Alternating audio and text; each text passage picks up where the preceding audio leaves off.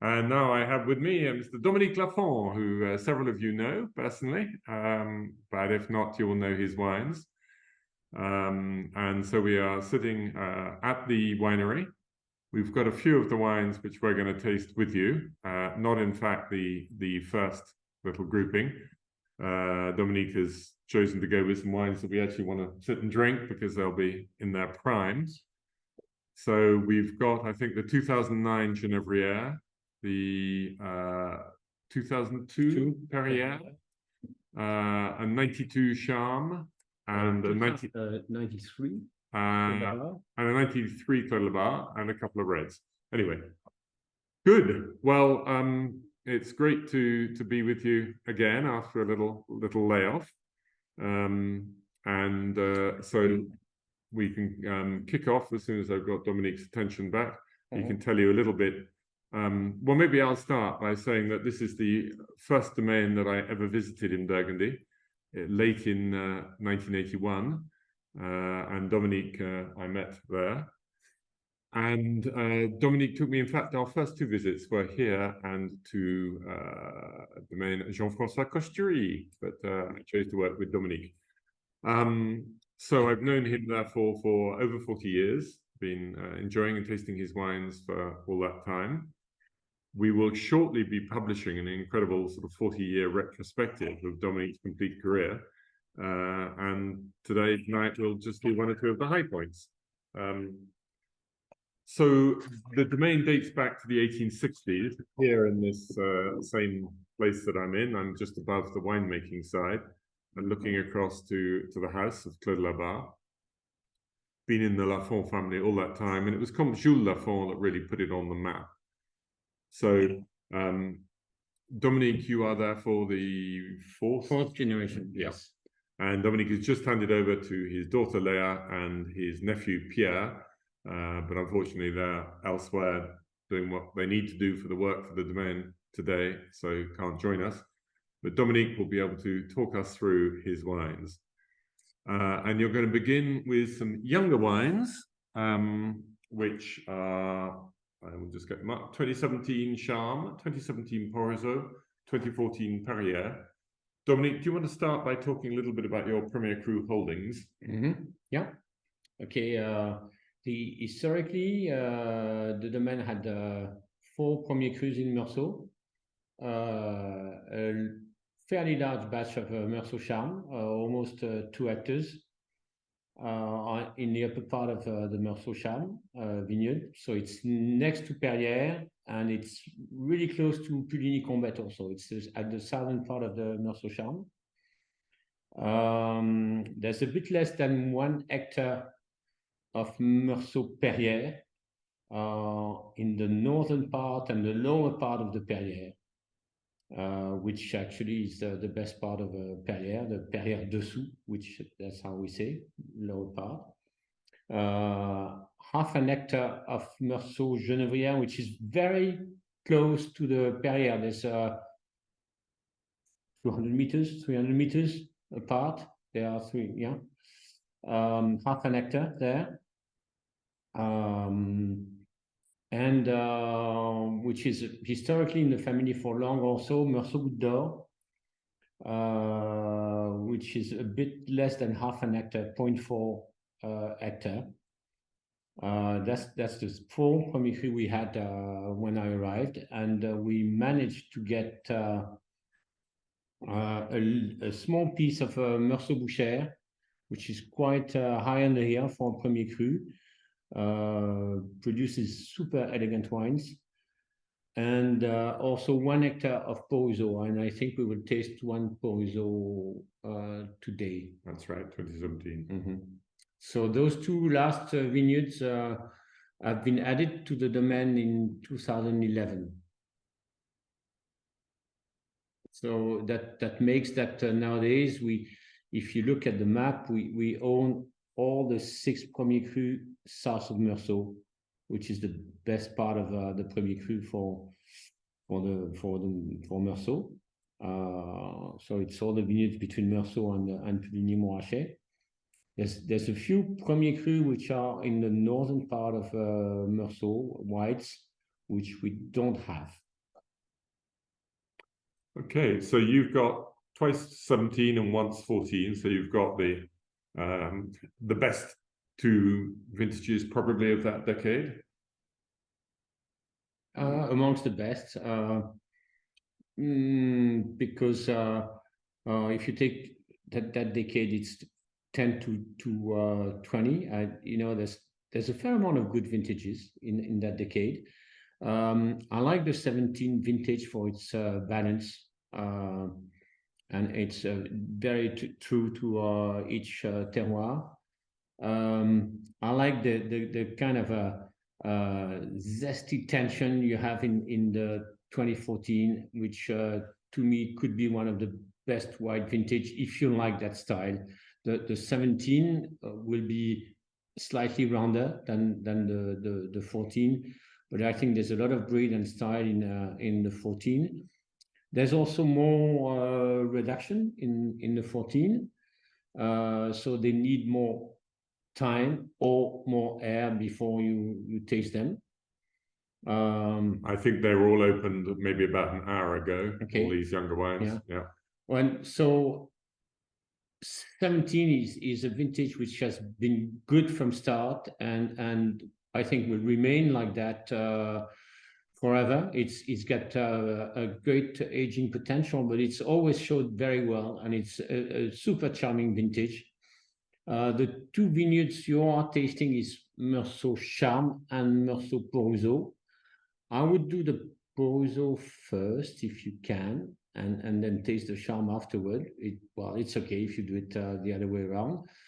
The Porusots has a lot of power and a lot of tension, but to me, there's maybe more elegance in the Meursault Charmes, even if it's also a vineyard with a bit more soil than in the Perrieres and Genevrieres.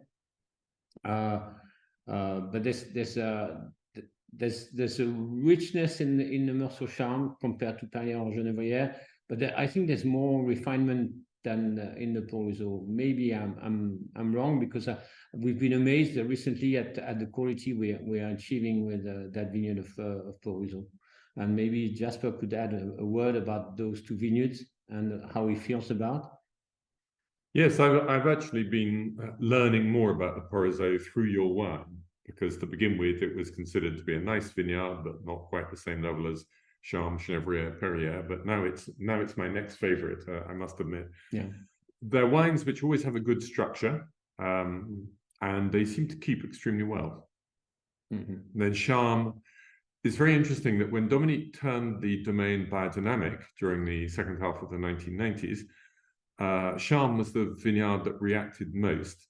And previously it had been a little bit, I don't know, fat, maybe Mm-hmm. you'd say. And it just gained in precision. It kept all the intensity it had before, but it gained in precision. Whereas Genevrieres was being got absolutely spot on beforehand and hardly needed to change. Maybe we could ask you, if you've had a chance to taste the first three wines, if you'd like to tell us how they're tasting today. Say a word about the Perrieres. Oh, yes, we should also, Dominique will also talk to you first about the Perrieres 14. Yeah. So Perrieres, it's higher on the hill, more shallow soil, and it always produces wine of which have more tension than in the Charmes, with an amazing complexity. It could turn with floral characters on the nose. I think you'll get reduction first, and then if you turn the glass, you'll have much more coming out. You're combining a vineyard of tension and a vintage of tension together. So it's super tension for the 2014, I think. But there's also always the most body in the Perrieres, the most weight, the most body. So it fulfills those two functions. It's why it's the one vineyard which could conceivably have been made as Grand Cru in Meursault, because you have this amazing intensity of flavor and yet also the minerality side of it. So over to you. Let's hear how they're tasting today. I think you nailed it. Did you try the 14 Perrieres on your side? Because the way you described it is exactly what it is. I think it's There's a bit of, We don't have the Perrier 14 because Our glasses are empty for the our moment. glasses are empty, and you know we like to drink mature wine, so we're starting with the 2009 Genevrieres. Sorry, I've had that wine less than a month ago, actually, and not Jasper. Jasper is not as spoiled as I am. Not in that instance. And how about the 217s showing? excellent. I think more open than the 14. I think a bit more open than the 14. Yes, I would expect that. Yes. For me, in my own cellar, I'm totally comfortable to drink 17s, but I'm still keeping all the 14s that I have for later on. I opened January 14 over the weekend, and I think it's really good, but still too young, and we didn't finish the bottle, and it was perfect after a day being opened, and with that left in the bottle. Okay, right. So the Perrier would be even more on the younger side. Great. So you've had the first 3 wines served, and that's it so far. Is that correct? Yep. Yeah. Yeah. Yes. Yeah. We are serving Okay. 3 right now. We're serving next week. You are serving them now. Okay, well, in that case, we can talk about them. So it's 2 vintages of Genevrieres, 09 and 02, and then the 02 is alongside the Perrier. And now we get to drink as well, because 09 is possibly my favorite vintage that Dominique has ever made. He claims there are lots of others which are at least as good, but I just love the way the 09s have come out with him. And then 02, which is a vintage which is very nice for both red and white Burgundy, without being normally quoted as one of the legendary years. But it was a vintage which early on suffered a little bit from the premature oxidation. So on the whole, I think it should have grown out of that, following my theory that the premature oxidation is a passage that the wines go through. And I have I've had your total about.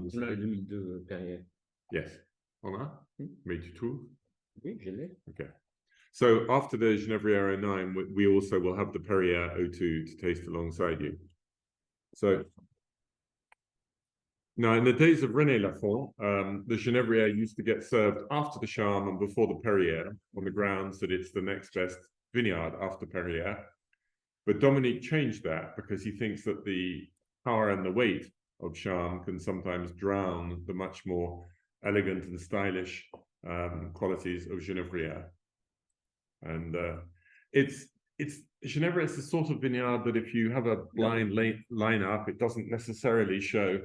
It doesn't stun you because it is all about the subtlety more than the power. But when you sit and spend time with the bottle, then it's just gorgeous. So,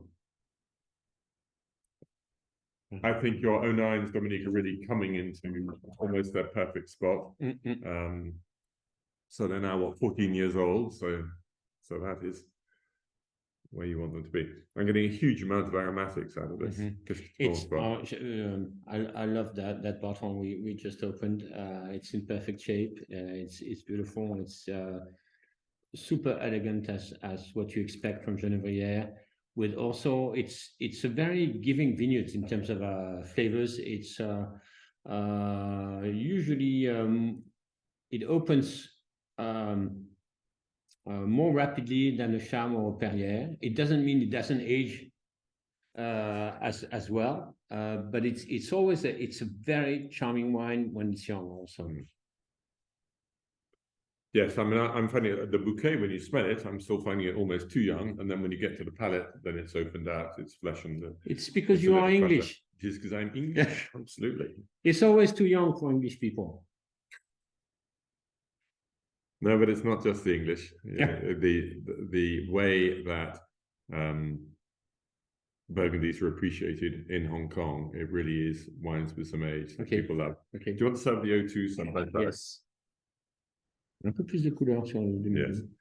So I'm looking at the wines against the dark surface, but even so, you can see that the 02 is our 02 Perrier has taken on a little more color, but the nose smells really good as well. 21 years old and in a really good place. So now we're beginning to get where the classic English palate likes the wines to be. Exactly.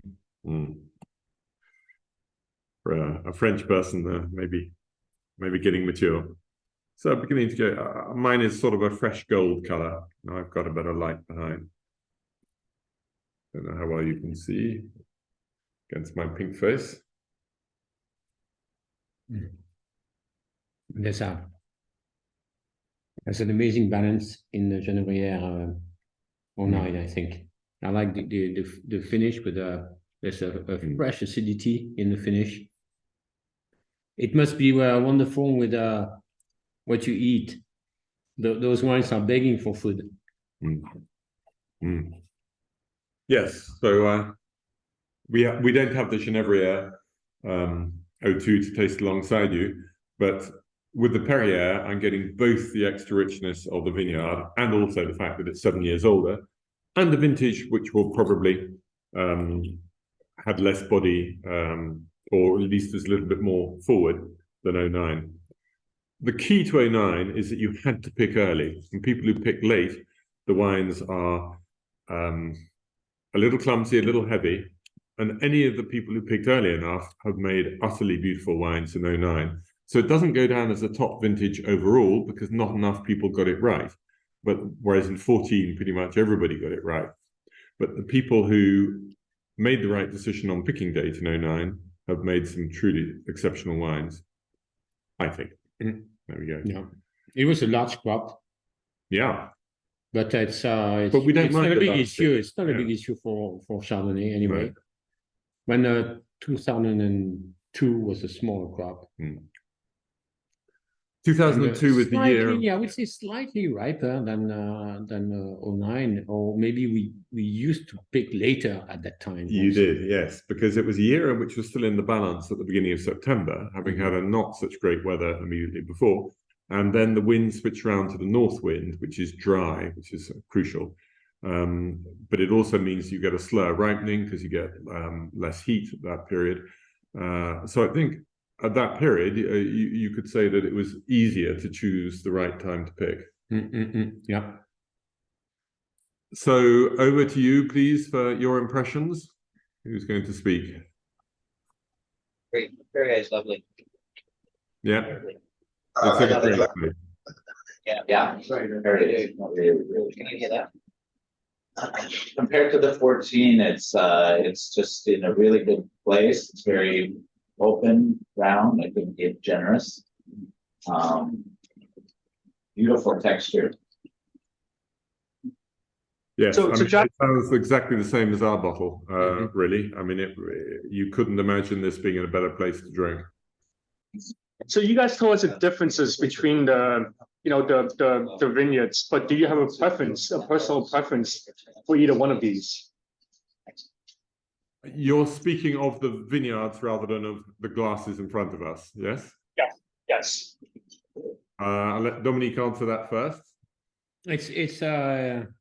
It's complicated to answer because we like all our vineyards, and I think if you look at the picture, the Perrieres is the best one in Meursault, and where we are located is just amazing. It has that almost Grand Cru statue. So a lot of respect for Perrieres, quite intimidating sometimes. And I kind of like the joy you get out of Genevrieres myself, and that delicacy you have in Genevrieres. It's a more tricky wine to make because when you hit the elegant side, anything you do wrong, well, you'll feel it in the wine. When a wine has more power, if you do something wrong, it absorbs it really well. In Genevrieres, it's like you make it great or it's not interesting to me. And I like that challenge every year. I like to look for the refinement you can get in Genevrieres. It's really opening up in the glass. It's really blossoming. My reply is very similar to Dominique's. If you ask me which is the best vineyard in Meursault, it's going to be Perrieres, but my heart is with Genevrieres. I just love the subtlety and the detail. And also it's when I proposed to my wife, or my wife to be Abigail, we celebrated with a bottle of Meursault Genevrieres Domaine des Comtes Lafon, 1981, exactly.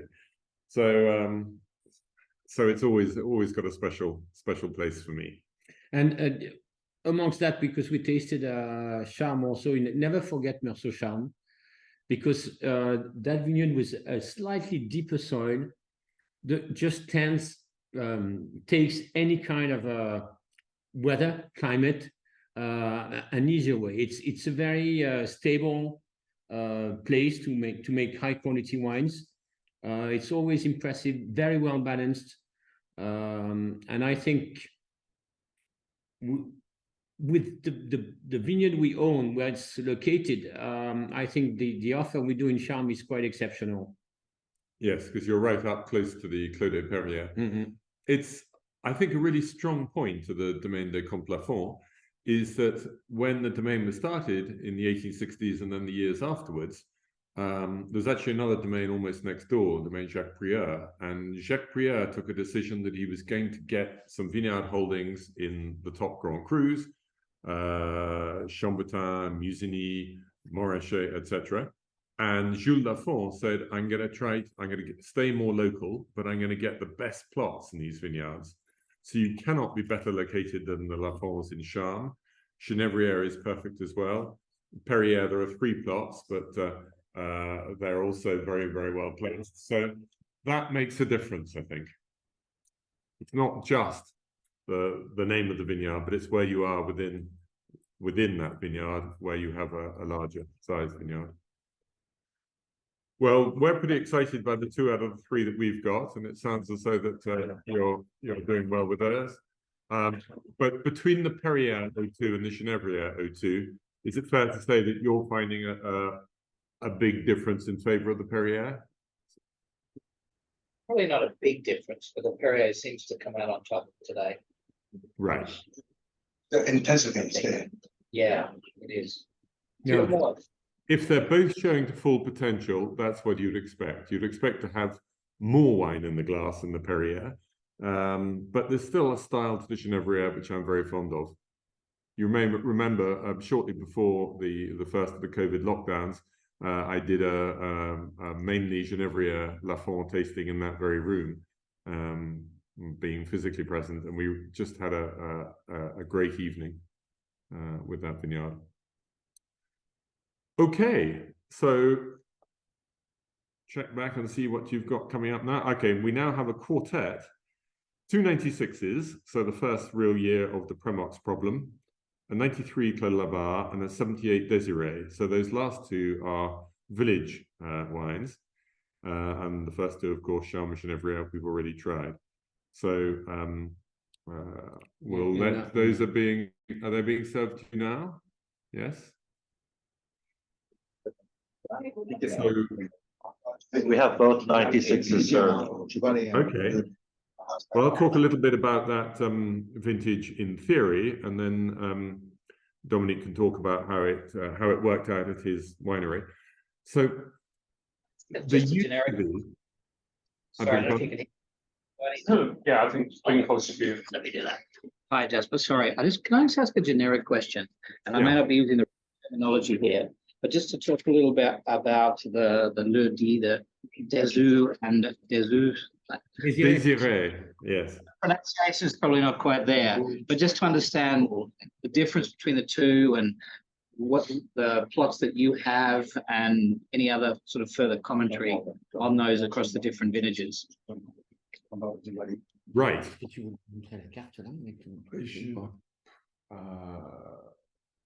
We have a little map on the wall, but I don't think that that's going to come across. What I'll do is I'll take a picture of it, I'll send it to Scott, and Scott can send it round all of you or show it to you. While Dominique talks about the 2 vineyards. Okay, so you want me to talk about Clos de la Barre and Desiree? Meursault Clos de la Barre and Meursault Desiree. I guess that's what you want. Okay, so the Clos de la Barre is a monopole. We are the only owner, and it's next to the house. So we're actually with Jasper. We're now facing the Clos de la Barre. It's in the village of Meursault. It's a fairly shallow soil with a deep clay and very hard limestone rock, bedrock underneath. Clos de la Barre tends to ripen late and always keeps very lemony character in the finish when it's young. I don't know how is the 93 we're going to taste. I haven't had time to open it yet. When Desiree, which is slightly a little bit north of the Clos de la Barre, so we're going toward Volnay, and actually that entire piece, if you look on the map, is called Perrieres, and it's a premier cru. And in the area of Desiree, this is where, for example, Dangerville makes a Meursault Santenots. There's also, if you plant it with Pinot Noir, it becomes Volnay Santenots, not Santenots du Milieu, but Volnay Santenots. And Desiree is an old name which was used before the AOC system in 1935. So I have super old labels of Desiree, even from the 19th century. And actually, we kept that name on the label because we like it. It's half an hectare. It's a very special place, which tends to make wine which are much more charming, open to business quicker than Clos de la Barre. Clos de la Barre is always kind of lean, and Desiree is a rounder, softer version of Meursault. Clive Coat used to say it doesn't age well, and I've always had fun to open very old bottles of Desiree because it does age very well.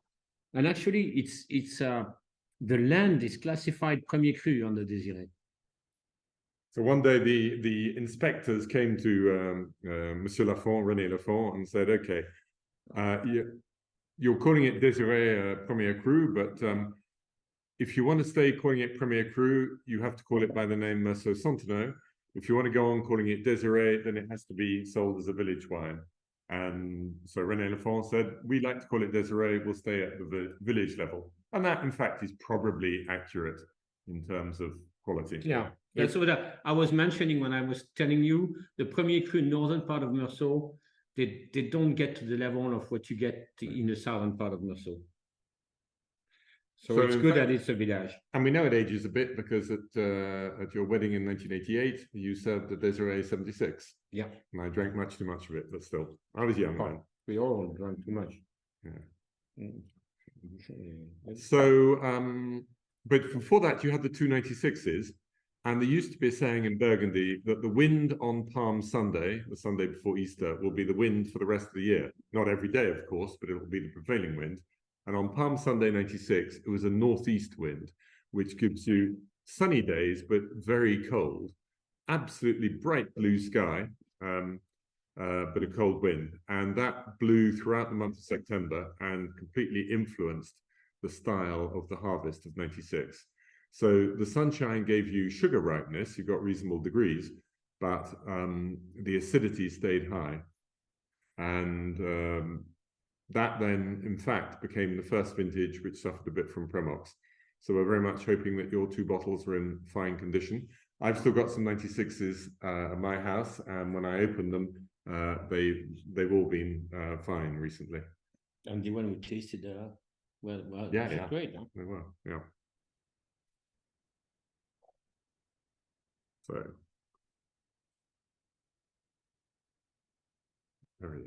two is to advance.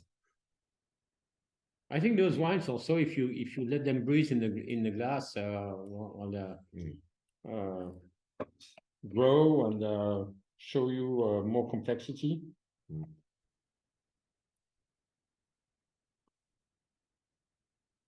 So this is the okay, so that's still to come.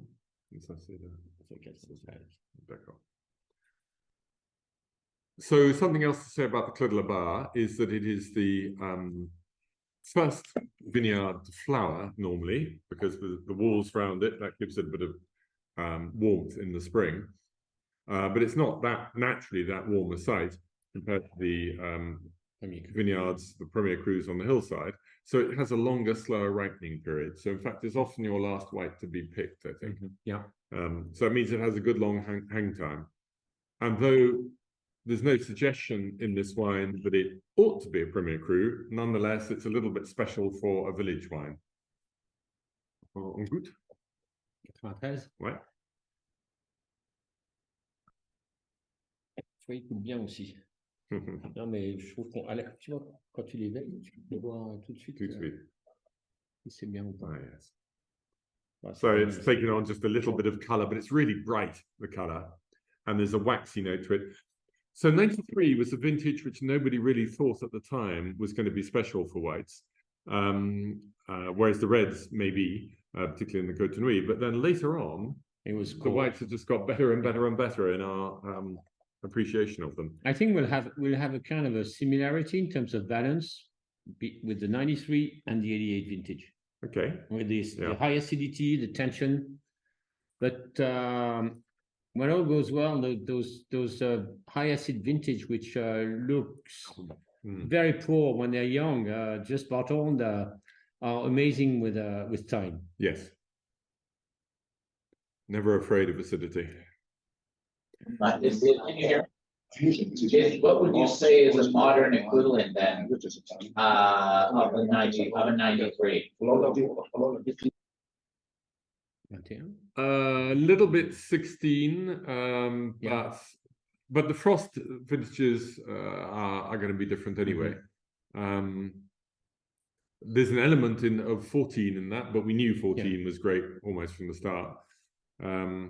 It's harder to have a direct equivalent simply because everything is warmer, and so the grapes are getting riper earlier. 13. 13 was more fragile, whereas 93 and 96 weren't. Yeah.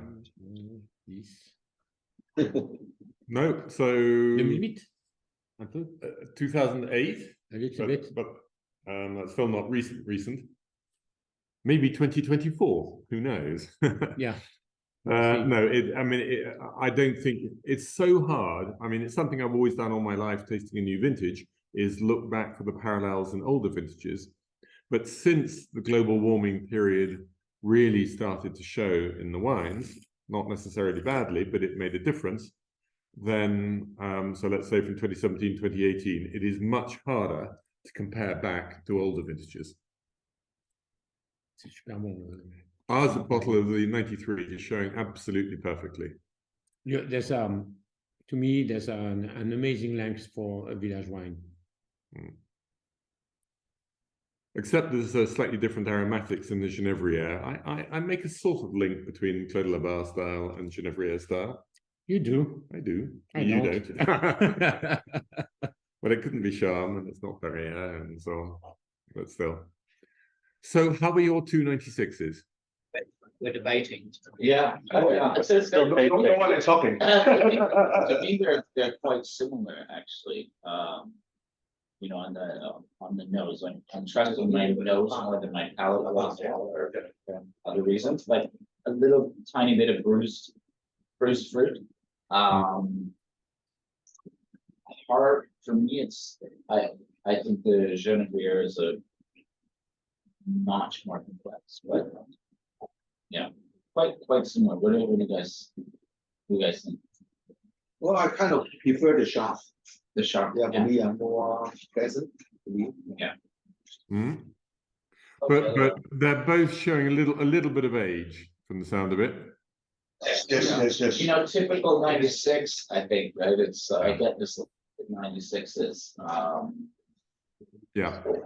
I mean, back in the days of, let's say, 2002 to 2005, the 96s were completely shot. I mean, you couldn't have drunk them. And since then, they seem to have, unless the cork has let them down totally, they seem to be coming back, but you still get, in certain bottles at any rate, you still get the remembrance of the Primox in that little bit bruised apple aromatic. It sounds as though you've got an element of that in those. But when we tasted the 96s here for the 40-year retrospective, which I'm halfway through writing up. But we've done an amazing thing over 5 sessions of tasting wines over the 40 years of Dominique's career. But the 96s then came out well, but there were bottles that hadn't moved from the winery. Okay, so how about the 93 and the 78 Desiree? How are they? We don't have 78 yet. We don't have 78 yet. Oh, you don't have 78. What was the... Yeah, some. 93, 78 is being poured now. Ah, okay, right. So you do have the 93 Clos de Barre, Yes. $10. and now you're getting the 78 Desiree being Ok, poured. puis après, il y a les 90. Oui, c'est ça. Ah, c'est quand même comme marché. C'est bien. You're having the Desiree 78 now? Being forward now. Good. Wow. Yeah, can you pass us some? We looked for it. We wanted to taste it, but there are no bottles left here. There's So nothing left, so you- I don't know how it is. you could be drinking the last bottle in captivity. It was if you compare 78 is an amazing vintage for reds. To me, one of my favorite vintage for red Burgundy. It was a super late harvest, late October, and it was a very high acid lean vintage for whites when it was young. I haven't made those wines. It's my father made it, but I remember how they were when they were young. To me, it's not my favorite vintage for whites anyway. And I'm curious to see how it goes. It was also well, I kept on doing that afterward. It's bottled with a light fining and no filtration, so you might have some sediment, so it might be a little slightly cloudy at that time. It's something I've tried to improve and work on it. The first thing you did was change the dark bottle. Yeah, bottles. because I'm sure if you look at the color of the Desiree, it's a traditional Burgundy bottle, which you can really see the sediments through. And the first thing I decided was to get darker bottles so you couldn't see the sediments. But you know, 78. It's a difficult vintage. I don't know how it's showing. You're drinking history at that level, I think. It's got a very unusual nose. Yeah.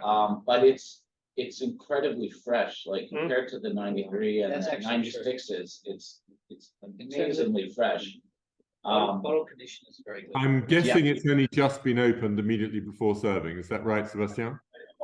Open at 7. Opened at 7. That's So right. 45 minutes ago. Yeah, Oh, it's yeah. a little bit of time. Yeah. How was the cork? challenging.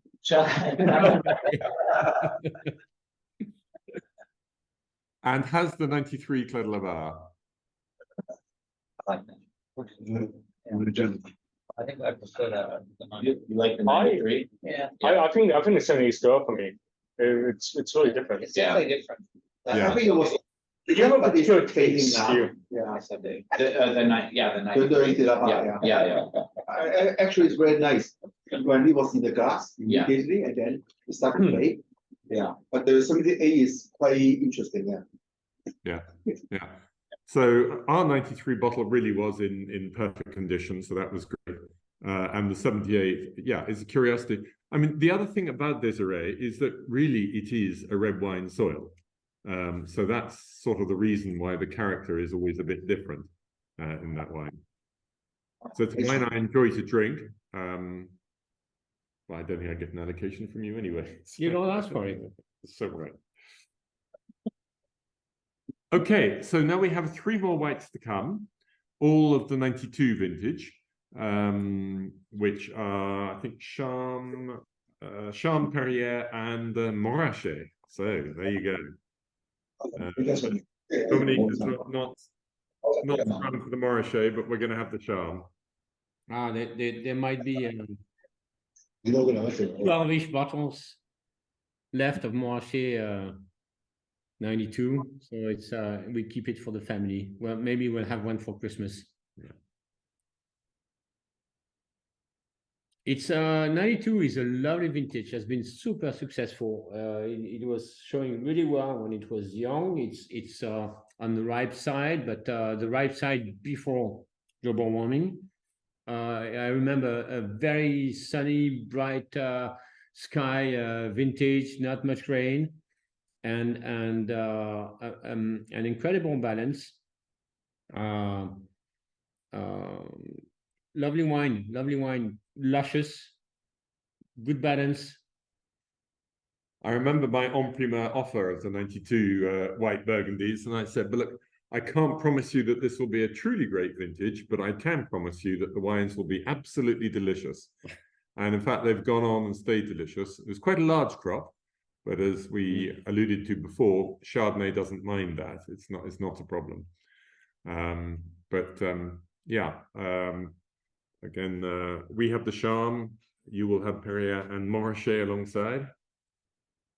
It's a great bottling of Montrachet, the 92. Yes, I've been lucky enough to share it on 2 or 3 occasions, and right. Yeah.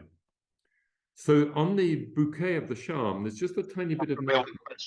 Hey, Jasper, one second. Can I just ask you a question about the alcohol levels in the 90s versus today, or how has that changed over the decades from the 90s up till present?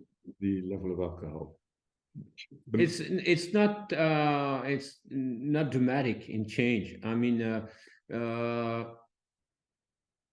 we used to pick, I would say, pre-global warming between 12-ish% alcohol and 13-ish% alcohol, and now we're more like 12.7 to 13.5. But if you look overall, most of the wine, when it was 12, we chaptonized a little bit, it was 12.5. And I wouldn't say for whites, there's a huge change in level of alcohol, because we tend to pick earlier than we used to. We don't wait as much. Yes, there'll be occasional vintages which will have crept over 14 recently, but again, it's a question of choice. And there are some people who say, I need to wait till it's fully ripe, and they end up at 14.5 or 15.5. And for me, that spoils the wine. And others who prepared to accept a fractional compromise and go in a little bit earlier when a few aspects of the grape are not completely ripe, but you have a good balance. Mm-hmm. But it's true that back in the 90s, it was reasonably standard to add some sugar. I mean, the good people, it would have been a small amount of sugar. The people who overcropped their vines they would have picked at much lower degrees and added up to 2 degrees worth of alcohol through the sugar. But in those days also, it was people quite liked the idea of spreading out the fermentation so it lasted longer. And nowadays, people prefer not to do that because they think there's a bigger risk of deviations getting into the wine if you let it go on too long. So, do you have all 3 in front of you? If so, The Montrachet is so we have the Charme and the Perrieres already. What's the view? But so we talked about the different generation. We talked about your dad making a 78, and then Dominique, you're making a lot, and you're passing on to your kids. Have the winemaking style changed? When your kids are doing it, are they saying, you know what, I'm going to do a little differently? Has that changed at all? It's a great question. I'm going to try to be short on the answer because we could spend a day on that. But for you to know, when I took over my father, the first thing I have done was do exactly what he was doing because it was successful, and my father was not far away, so he checked on me, and I had a lot of pressure from him, from the clients, from all around me, like don't touch anything, the wines are great, and so on.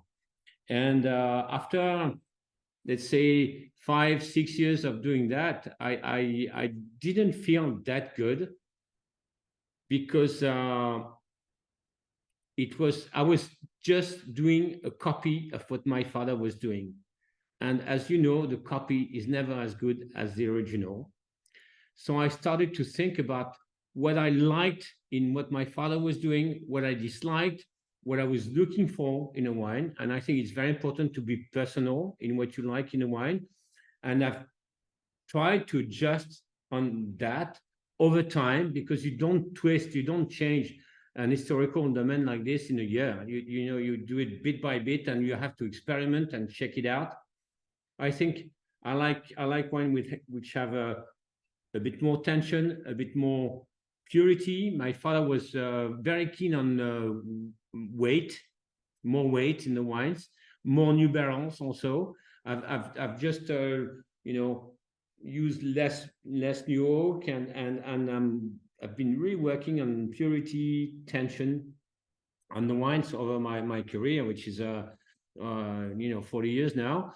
And I've been now working with Leah, my daughter, and my nephew Pierre for 4 or 5 years together in the cellar. And the first thing I told them is, first of all, do it exactly the way I do it.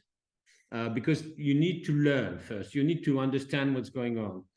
And I told them, then when you feel really good about how you use those tools, how I do it, you have to think about taking your personal thought in the wine and slowly adapt. So there will be a change, but I think it's always a change for good, because if you have a winemaker who makes wine as a recipe without feeling very good about it, the wines will be boring. I think you need to bring a very strong personality in your wines.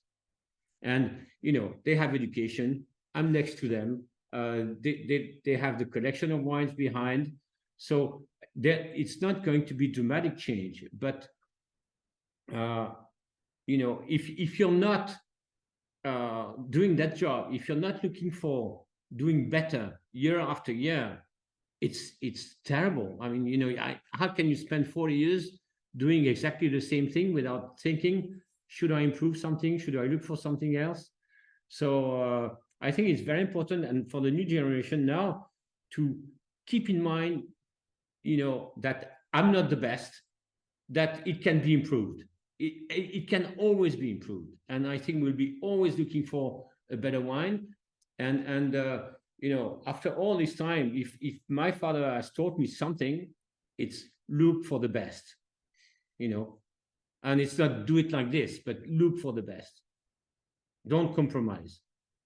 But it's, the wine I've made, it's my wine, it's my personality, the same as what my father has done with all his heart, and he was really looking for his best with his vision. And I think you will see it's going to slowly change. But maybe if we see each other in 10 years' time, you'll feel like, the kids, they're really doing it well. It's not exactly what Dominique was doing, but it's going to be perfect because they have that attitude of looking for high quality wines. So you started doing it like your father, then you started to work out what your own style was going to be. Mm-hmm. And then it took you a little while, inevitably, in order to perfect that style. Exactly. So it's really in the years, probably the last 15 years, Mm-hmm. I think that we have the pure and classic final Dominique style. Mm-hmm. Okay, so let's come back to the 392s and tell us about how they are in your glasses. Not a bad bottle. Excellent. Excellent. Yeah. Good. I think a step up from the 96s for us here. Yeah. Yes. They're all It's a bit of vintage. We would hope that was the case, indeed. Yeah. And our charm is just lovely, and it's got that little bit of flesh of charm. It's open, it's welcoming. Yeah, no, that's a good drink. It's a bit more floral and maybe prettier than the Charm, but the Charm is Actually, really, it's the charm I like the best. yeah. I mean, it's something, not the one. Yeah.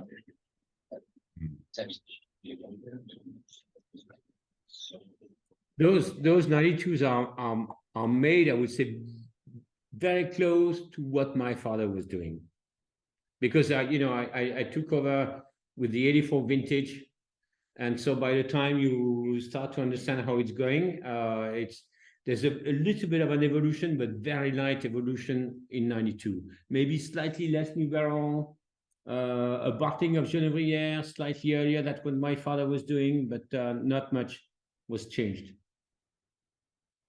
Yeah. So anyway, when I do my report on Dominique's 40 years, that's one of the things that's going to come out. He talked about with each vintage, and here I made this change. Here I felt this. Here we did something different in the vineyards. So it's going to be a small book in its own right, I think, when that report comes out. What do you think is the most major change that was made? Or has it just been like, little pieces are changed every single year and that's involved? It's a small fine tuning during all the time. I think the most dramatic change I've done is using jams, jam cork, which is from the vintage 2014. 13, yes, sorry. And which makes, I was thinking of it, if I had used cork in 1992 or 96 or the 93, we would have exactly the same bottle here in the cellar than you in Hong Kong, because you avoid the variation by the cork with the jam. So when now it's it's a 30 years old white wine, the 92, and of course the cork has an impact. If you open 3 bottles of Meursault 92 or Perrieres or whatever, you will not have the same bottle, which will not happen with the jam. And how much changes was done in the vineyard and the style of farming versus what's done in the winemaking? Yeah, in the vineyards, the huge change was turning biodynamic in 1995. Yeah, dramatic change at that time. So you have one difficult vintage in 98 when the weather conditions were really against. Apart from that, it's made it a huge difference. And it's been really thrilling from my perspective to have been able to see a domain changing from conventional through to organic and then into biodynamics, and just seeing what a change it makes in a sense of precision, a sense of delivering the flavor of the vineyard, if you like. I think are much enhanced. And was there much in the cellar and the tanks or the barrels you guys that was used, or has it been pretty consistent? I think at the period of the wines that you've been tasting, it would be reasonably consistent. It's true that more recently there's been slightly less long barrel aging. Maybe that would be true for the 17 and possibly the 14. But in the old days, all the wines would have a second winter in barrel. It wouldn't be taken out of barrel till around about Easter time. But now you take them out a little bit earlier, a bit more intact. No, it was over 2 years. For your father, yes. For my father. Yeah. And now it's more like a year and a half in barrel. I've just poured myself a little bit more of that Meursault 92 because it's really gorgeous. Yeah. Getting better and better every minute. Oh, the Montrachet keeps getting better and better every minute in the glass. It's just really, it's stunning. The Montrachet was the first vintage I took over the sharecropping agreement from Perrieres. So it's the first vintage I worked the vineyard myself. I remember I was very proud of doing that, and I pruned the entire piece myself. I was so happy to be able to get in that vineyard, and it's also the first vintage where we have the entire crop of the vineyard. We used to share with Perrieres, half for him, half for us. So you ended up with 5 or 6 barrels because it was 5, I think, in 92, 5 barrels, 1,500 bottles produced. Terrific. So I'm going to ask on your behalf the question which is normally asked at the end, but we can do it again with the red wines. So Dominique, if you could have one white wine vineyard that you don't have, what would it be? What a question. In Meursault, we have them all. You have them all. So it doesn't have to be Meursault. I'd be kind of if you want to spoil me, get me a piece of Chevalier Montrachet. Okay. If a Premier Cru level, which Puligny or Chassagne Premier Cru would you like to have? Or Saint-Aubin? Something in Puligny, nice. Pucelle, for example. Pucelle would be my choice. Yeah, but, Cailleret, Puligny Cailleret. I was thinking of having a nice piece in Chablis in Clos. Ah, Chablis Clos. Okay. Sold the Dominique Lafon. Now, we can stay with you another 10, maximum 15 minutes. We have the reds. Are you ready to go on to the reds, or do you just want to spend a little more time with those whites? We can pour the first red. We could pour a couple. All three red. Pour the first two, I think, which are the two that we've, or even pour the first three, 02, 99, and 90, because we have the 99 and the 90, I believe, to taste. And then we'll leave you afterwards to enjoy the 89 and the 85. So if you'd like to pour the first three. So the red, sorry. Yeah. Just before you get to the reds, can I just go back to the my rather vague question about the Lerdis before? And it's not so much a question, but more a request to describe the different Lerdi in the particular vineyards. And I know that most of them have them. Genevrieres has it, Perrieres has it, Champans has it, etc. And again, my pronunciation is not going to be the best, but I ask it not just to improve my own knowledge, but I know that a lot of people who are subscribers and who listen to these Zooms, they do it not because they want to live vicariously through us, but actually because they want to learn some of that detail. And I know some of it's in your book as well, of course, but this is a great way to deliver the information. So again, the question is not specific. It's more just to understand, what does it mean when you have that nomenclature, for example, from Dominique's perspective, what does it mean from a plot perspective? What does he have? Does he have does one give a particular feature, for example, there's more minerality, for example, in a particular place. So I'll stop talking, but that was sort of the essence of what I was asking. And by Lerdis, you mean all the vineyards, not just the Premier Cru ones? Yeah, 100%. Yes, that's exactly what I mean. So where they are specifically named and labeled, and we have a map in front of us, and thank you for sending the one that you did. But some of those are actually labeled on the map that we have. I don't know if you have that. Right. No, but I've seen it. Scott, in fact, just sent me showing me the maps you've got. Yes. So if we take it from the top, about the names first of all, and then Dominique can add the character that he perceives. So Perrieres, it sounds as though that means stone. Pierre is stone. But in fact, it's a medieval word meaning a quarry. So the stone's been taken out. And you can see, if you go and study it, you will see that the Perrieres is in several terraces where large blocks of stone have been taken out to build the houses and the villages. So Perrieres, you always expect to get, nonetheless, quite a mineral quality of wine. But also in the case of Meursault, you get the most power as well. Tu rajoutes quelque chose? C'est bon. It's fine. Genevrieres, officially, Genièvre means juniper. The old word for gin used to be Geneva, which is, again, it's all the same word. And so now somebody has planted, they've just rebuilt a little bit of a dry stone wall a few years back on the edge of Genevrieres, and they planted a juniper bush alongside. Now, I don't think you can particularly pull out a juniper taste in Genevrieres, but you do get something which is a little bit herbal.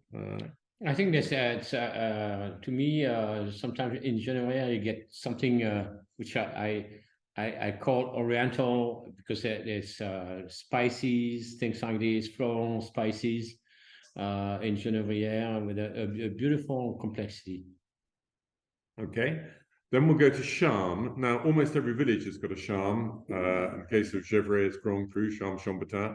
Elsewhere, it's usually Premier Cru. Sometimes, as in Puligny, it's Village. But everywhere it's got a Charme. They all have the same character.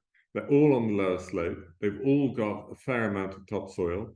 They all make generous, easy to appreciate, charming wines. Whether it comes from, some people suggest that it could be, there's a type of tree, a charme or charmy, which is a hornbeam. I can't believe that it comes from that. Some people believe it's a corruption of chaume, which exists, Romney chaume, for example, which means effectively a hay field. And that's probably true enough. It's not far from the village. It would be easy to cultivate that way. And it's never a steep slope. So that could be true. And a few die-hard academics who look at everything from a pure language point of view say charm, the H has got in by accident, but really it's a corruption of a word meaning rock. But I don't believe that at all because it's not the characteristic of the wine. Weirdly enough, charm actually nowadays denotes a wine which is going to be amongst the more charming of the village, but that has to be coincidence because back in the days when the vineyards were named, people weren't making single vineyard wines, mostly. Porusots, I have no idea. But the name, it's a weird name. We don't know where the name comes from. I don't know. Both of us, we don't know. I discovered Porusots not that long ago, only 11 years. So I get to learn more about the personality of this vineyard. It started when we just took over by just being kind of powerful, rich, in the style of what you will find in the Goutte d'Or also, which is due to the strong clay you have in that area. And I think with the work we've done in the soil and the organic and biodynamic, we gain a lot of refinement in the finish of this wine. And if you look at the map, I think it's an interesting position. The Porusots, it's in between the Goutte d'Or, which makes super powerful wine, and Genevrieres, which makes super elegant wines. And to me, maybe I'm wrong, but my feeling is that nowadays in the Porusots we produce now, you get at the start of the wine in your mouth, your first feeling is power, richness, intensity, tension, but in the finish, I feel a little bit of the elegance you find in Genevrieres, but it's a rougher wine than Genevrieres. A Goutte d'Or, which just means the drops of gold. I mean, just descriptive, I think, of a nice place on the hillside. Don't think it has more than that, no? In significance. Ça a été, on a donné le nom pour le vendre aux Américains, peut-être. Dominique's just saying they gave it a nice name to sell to the Americans, and of course it was the preferred wine of President Thomas Jefferson in the late 18th century. He was always looking for some Goutte d'Or from Meursault. And the last one which you have is the Boucher. Boucher. Which some people write as two words. Yeah, Bouche for mouth. Expensive. Expensive, yeah. Boucher is like, to me, so we talked, first of all, we talked a little bit about the Goutte d'Or, which is to me it's the most powerful wine in Meursault, but you know, it doesn't get the elegance you get in Genevrieres, for example. You cannot get both in Goutte d'Or. You get intensity, power, tension, great minerality, and wines which you cannot approach too young. They need time. Boucher, which is up on the hill, lighter soil, to me is a kind of a cousin of Genevrieres. It's full of elegance. It's a lighter style than Genevrieres, so it's not as round as Genevrieres. There's a nice minerality, but there's also something very elegant, very subtle. And, you know, back home, if I want to open Premier Cru young, it's either Genevrieres or Boucher. And the first I open is Boucher. Yeah, I'd agree with that. Perfect. Any more questions about those, Comments? or it's fine? You get your answers about the vineyard description? Okay. In which case, let's move on to the three reds that you have in front of you.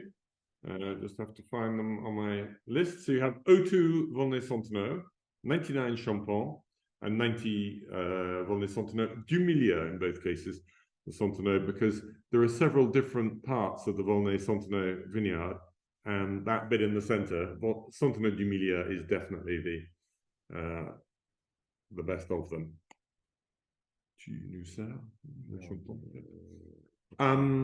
So Non, c'est pas Champans que j'ai. C'est 200 que j'ai. ah oui, ah bon. C'est Ah, 199 et Non, 90. ils ont bon, non, ils ont changé. Ils ont quoi? Ils ont que le Champans. Encore 19. 99. Tu veux que j'essaie d'en C'est pas trouver grave. une? No, c'est bon. So the Santenot is, I mean, it's also sort of Lafon red flagship because they have 4 hectares of it. Half the appellation. So yeah, that is half of the Santenot du Milieu. And therefore it is the red wine of theirs that you'll most typically see. In fact, it's grown in Meursault. It's just a courtesy title because Meursault doesn't do much in the way of reds. So they decided to include it under the name of Volnay, even though the vines lie within Meursault. 2002, a very charming vintage for red Burgundy, which I've always liked. But it's not the most powerful. It should, I would guess, be sort of fully ready to enjoy now.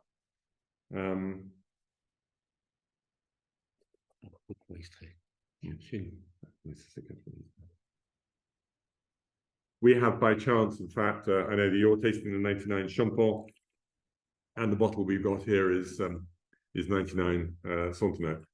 So the Champans is a smaller holding, chez Lafon, and its feature, though, is its very old vines. So some were replanted in 1989, but the majority is still a planting which is probably dates back to 1917. So over 100 years old now, a bit less than that, obviously, at the time that you taste it.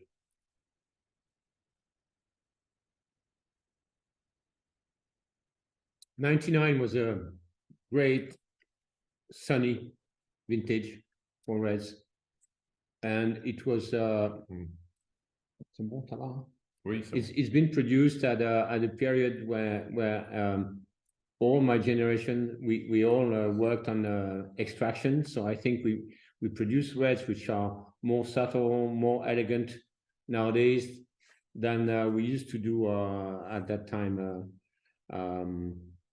It was I think we had, you have to remember that now Pinot Noir and Pinot Noir, great Pinot Noir from Côte d'Or are so much in fashion and so much in demand. When I started making wine, it was hard to sell. And one of the things that people were mentioning at that time, either critics, clients, whoever, was like, there's not enough color and the wine is too light. So with my friend, like my brother-in-law is Christophe Roumier and Etienne Grigaud and Patrick Bies and Jacques Cess and all that. Not Jacques Cess. Jacques Cess kept that lightness in the wine. Yeah. But we worked on doing more pigeage, longer maceration to add more color to the wine. It's a period where Burgundy has produced wine in that style. And if you combine larger extraction with a sunny and nice vintage, it makes something which is really powerful. I would not make those wines the same way nowadays, but they age super well. If you look at the color, it's very light evolution. I think it can go for another maybe 20 years. It's not a problem now, Jasper. No problem. That's true of the 99. 02 should be a little bit lighter and a little bit gentler than the 99. And then the third wine that you have now is the 1990, which is a potentially great vintage, which some people have accused of being a little bit. At the time, people said it's a Californian vintage because, by the standards of those days, 90 was a pretty warm summer. So that's what we're going to try now. But it's always been one of my favorite vintages that Dominique has made, albeit in this slightly more extractive style. But the grapes, and oh, that's a fabulous bouquet. I've never tasted the 90 as good as this. Have you? No. I don't taste many 90. But it's lovely, and it's not the bottles I've been opening recently. Also because those two vintages, 99 and 90, they were young. And they needed time, so we haven't drunk much of those, and I think now it's getting there. Huh? Immediately there was a rich, ripe cherry fruit came out, and the tannins much more resolved on the palate than the 99 was. So this would have been, what, 13.5 natural, without any difficulty at the time. I think the tannins in the 90, when the wine was young, was stronger than the tannins in the 99. But it's no longer the case. It's no longer the case. So the tannins have resolved into the wine. Our dear late friend Jim Clendenin always used to talk about resolved tannins, and that's the case here. L'acidité aussi, ça c'est 90, tu vois. There's a great finish. There's great acidity in the 1990 also, which carries the fruit. It's actually hard to believe that's a 33-year-old wine, really. In our bottle, at any rate. Ça, à mon avis, ça bouge pas, ça en plus. So, you have now the three reds, the first three reds, with two to follow. Any commentary you'd like to make? I think Jay and I were saying like the 90, the tannins is actually still there. It's more resolved, but this could last a couple more years at least. Oh yeah. Oh, a couple more decades. Yes. Decades perhaps, yeah. Definitely, yeah. No question. Vintages like 90 and 99 are pretty much ageless. If you can keep the bottles in good condition and the cork doesn't let you down, there's no reason to put an end date on that. It seems like we both have bottles that's in pretty good condition tonight. Yeah. Well, Yeah. They're all really nice. Yeah. The O2, I think for me is great too. I love the freshness of it. You know, it's the fruit is younger, whereas the 99 and the 90 are, you know, the fruit is definitely more evolved. But I love where the O2 is right now for me. It's a very pretty wine. Our 99 was more backward, but it wasn't the same vineyard because we had the Santenots and you've got the Champans. So it could be the difference between the vineyards, as the Santenot tends to be the most powerful and probably the longest aging, but the Champans does also age well. And it can just be one bottle is a tiny bit more evolved. But I would normally expect a 99 to be showing as younger than an O2, normally, if everything is in perfect condition. Yeah. So, I mean, I think when the question comes up, who do you know who actually makes good red wines and white wines? Because it's not that common for people to get both sides right. Then I think Domaine des Comtes Lafon is always one of my replies, because I've always been a big fan of the Volnays. And I have a lot in my cellar. At the moment, the 07 Volnay Santenot for a lighter vintage is beautiful. And I had a bottle of just a little baby Montrachet 2011 last week that was gorgeous. Good. So there are some super less expensive wines, and then the Santenot normally considered to be the standout. Now you have two more wines which we don't have, 89 and 85. 89 Champans and 85 Santenots, Milieu. Dominique, what should we expect to find in those wines? Well, 89 is another sunny, ripe vintage. quite early picking. It's my daughter's birth year also. And It's, indeed, the it year happens. you planted. It was not in that 89. There's only the super old wines, which turned 100 years old in 2017. So they were 70-ish, 75 years old at that time. I like the vintage. On the ripe side of it, I like the vintage. Then I hope you have a great bottle of the 85 Santenots. We don't have much left here in the cellar, maybe 4 or 5, and a couple magnums. I mentioned that to me, my favorite vintage, old vintage for red Burgundy was 78. But side by side with the 85 vintage. And I've had amazing wines, not only from my domain, but I've had the chance because my first job was working with Becky Wasserman, and those wines were on the market when I was young. And the best reds I've tasted in that period were 78 and 85. So it's lovely. It's 85 is softer than 89. It's very much in balance. It's a kind of a late picking as in the old time, but with ripe grapes compared to 78, which was not as ripe grapes as 85. The tannins are beautiful and the fruit is amazing. So something for you to look forward to. Before we let you go to finish the meal, and we have to leave as well. Shall I ask Dominique the same red wine question as the whites? I'm going to limit you to the Côte de Beaune, so you can't have tea. No, I want Musigny. I mean, it's fair. I mean, like, he could have his pick, right? Côte de Beaune, Côte de Nuit. What's okay? So Musigny or Perrieres, if he's allowed Côte de Nuit, but in the Côte de Beaune, what other red wine vineyard? Pomerigien. Pomerigien would be the selection. Yes, I can or Volnay. Or Volnay. Okay. Just over the last. As you've done, I guess, like your retrospective of like the 40 years, was there any particular vintage or particular wine that stood out to you that you're like, wow, like, in the last 40 years of Lafon's winemaking?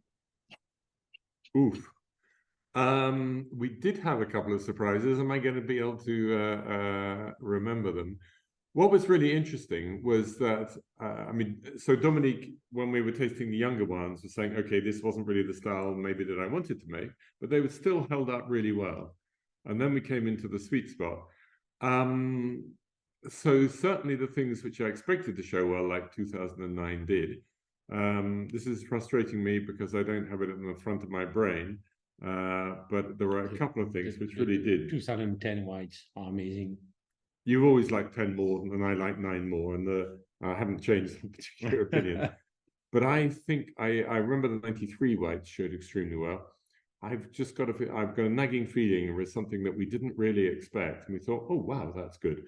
I'm sorry, you're going to have to wait for the article to come out because I can't remember it off the top of my head today. Do we have a last question or comment for Dominique before we leave you? Silence. What is most favorite young vintage for white? So what is the most favorite young vintage for white? Most favorite of the young ones for white. What's the answer? I'm thinking of it. Recent. I would take 17. 17. Yeah.